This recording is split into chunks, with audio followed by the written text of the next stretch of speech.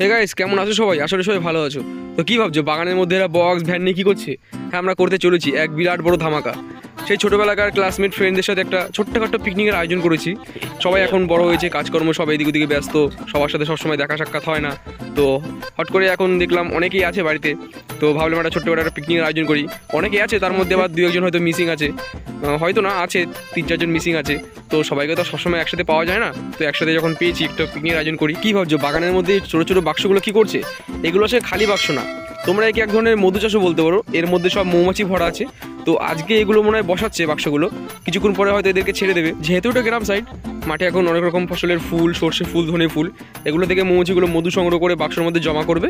মাঠের সব রকম ফুল শেষ হয়ে যাওয়ার পর এই বাক্সগুলো থেকে মধু সংগ্রহ করে মৌমাছি সমেত আবার বাক্সগুলোকে তুলে নিয়ে যাওয়া হবে। জাস্ট ভিউটা দেখো, পুরো অসাধারণ লাগছে। পুরো মাঠকে মাঠ, পুরো সর্ষে ফুল, ধনে ফুল, পুরো সবুজে ঘেরা, পুরো সবুজে, মানে অমায়িক দৃশ্য, একটা অমায়িক দৃশ্য। আর এর পাশেই আমরা পিকনিকটা করতে চলেছি।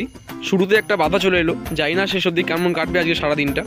তো যেখানে আমরা পিকনিকটা করতে যাচ্ছিলাম এর পাশে, তো কাকাগুলো বললো এখানে করিস না, কারণ আজকে যেহেতু মৌমাছিগুলো মানে প্রথম ছাড়ছে বাক্স থেকে, তো ওরা একটু এদিক ওদিকে ছোটাছুটি করবে।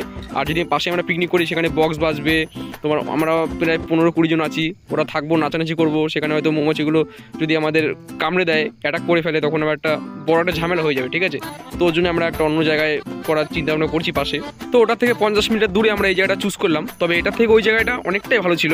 এই জায়গাটা অল্প একটু জায়গার মধ্যে হয়ে যাচ্ছে। এটার থেকে ওই জায়গাটা অনেকটাই বড় ছিল, ফাঁকা ছিল, বেশ সুন্দর ছিল। এই যে বক্স আর এই যে আমাদের আয়োজন চলছে, এখনও পর্যন্ত সবাই এসে পৌঁছয়নি, তবে আসছে, সব কিছুক্ষণের মধ্যে সব চলে আসবে। তো আজকে আমাদের মেনুতে আছে চিকেন কষা, পোলাও, চাটনি, পাঁপড়, মিষ্টি। আর এই যে বন্ধুটাকে দেখছো, ওই আজকে রান্নার দায়িত্বে আছে।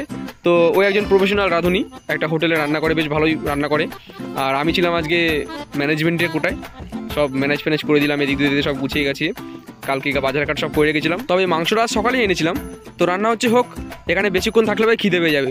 তো চলো তোমাদেরকে একটু এদিক ওদিক ঘুরে দেখাই। তো আমাদের পাশে একটা টিম এসেছিল পিকনিক করতে, তবে ওখানে সবাই ছিল সিনিয়র। ওনাদেরকে জিজ্ঞাসা করলাম, বললো ওনারা কি ত্রিবেণী থেকে এসেছে।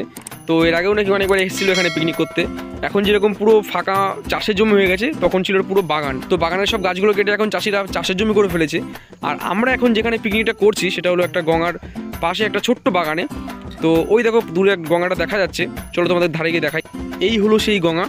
তো এটা একটা শাখা নদী বলতে পারো তোমরা। ওই যে ওপারে যে চরটা দেখতে পাচ্ছ, ওই চরের ওপারে আছে বড় গঙ্গা, মেন গঙ্গা। তো ওই সাইড দিয়ে ঘুরে গঙ্গাটা এদিকে গেছে। আর এই যে দেখছো এই কাকাটা সোজাসুজি, তো এদিক থেকে এটা গিয়ে মিলেছে, ঠিক আছে? মধ্যে একটা দ্বীপ হয়েছে। তো এটার ওই যে ওদিকটা হলো তোমার মেন গঙ্গা যাচ্ছে, ঠিক আছে? আর এটা পুরো শাখা নদী ঢুকে গেছে। আর এরাও আমার পেছন চলে এলো হাঁটতে হাঁটতে। এখানে 2 দিনের নৌকাও দাঁড় করানো আছে। আর এই গঙ্গায় কাকা মনে হয় কি মাছ ফাছ ধরছে, নাকি জাল ফাল পেতেছে মনে হয় হয়তো। আরে কি বারবার ঘুরে দিকে কি দেখছে কাকা? তো গাইস, শেষে নাচ, খাওয়া দাওয়া এসবের কিছু মুহূর্ত ক্যামেরাবন্দি করতে পাইনি, এবং সেগুলো তোমাদের সঙ্গে শেয়ার করতে পাইনি। তো খুবই দুঃখিত। তবে পরে আবার পিকনিক করব, তখন প্রথম থেকে শেষ অবধি তোমাদের সঙ্গে সব কিছু শেয়ার করব। তো দেখা হচ্ছে পরের ভিডিওতে। বাই।